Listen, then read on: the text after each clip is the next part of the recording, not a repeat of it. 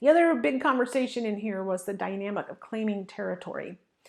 And as Neil said in the training, of all the conversations, there are none that are more important, compelling, and powerful and defining as the dynamic of claiming territory, along with the long-term relationship conversation. After having listened to that many times, I really feel like I understand more what's going on in my communications with other people. And so you'll want to keep coming back to those two conversations. You'll just soak in something different every time you listen to those, especially after having taught some students and having some experience to relate to what he's saying. And your understanding of these conversations just helps you communicate so much more confidently and compellingly. And I actually have a story about claiming territory I'd like to share. I had a class of adult students several years ago, and I got a transfer student from another Simply Music teacher who transferred into this class. And we were learning an arrangement. You may not be familiar with those yet, but arrangements are just a different way of playing some of the foundation songs that we teach our students.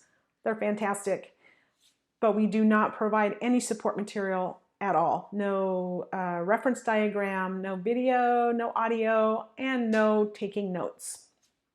It's the way it's intended to be taught. So, but this student apparently had been allowed to write notes from her previous teacher. So we were going through an arrangement, learning together as a class that she had begun with her previous teacher, and played through a section, and I had to correct her on a small piece of it. And she said, well, that's not what I had written down. That was a red flag right away for me. And all the other students were like, And so I said, well, I don't allow my students to write notes for arrangements. That's not the design of the program. And she said, well, I'll forget it if I don't write it down.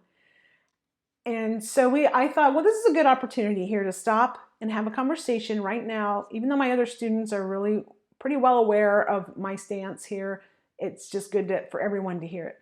So I said, oh, well, let's talk about it. So I said, how soon after the lesson are you able to sit down at a piano and just run through the arrangement section that you learned in your class? And she said, well, I go straight home. And by the time I get there and sit down at the piano, I have forgotten it. I said, okay, fair enough.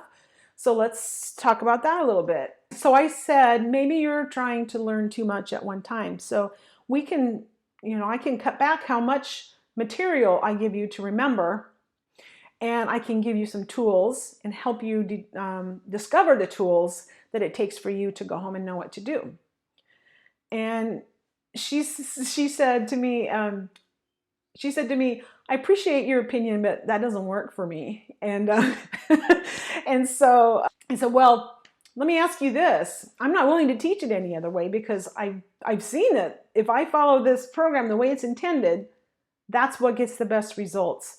I know from experience that that's what gets the best results, and I'm not willing to teach it any other way. So let me ask you, are you willing to consider the possibility that your brain is capable of more than you think it is? Are you willing to consider that? And she said, yeah, okay, I can try. And so we went on, and from there, and she ended up leaving a couple of months later and quitting. So I wasn't really surprised, because she seemed very resistant to doing what I asked her. But that's claiming territory. She's telling me, no, I don't want to learn the way you want me to learn, even though that's what she's paying me for. So I claimed the territory back. She left, and that's fine. I've got plenty of students who are willing to do what I require of them.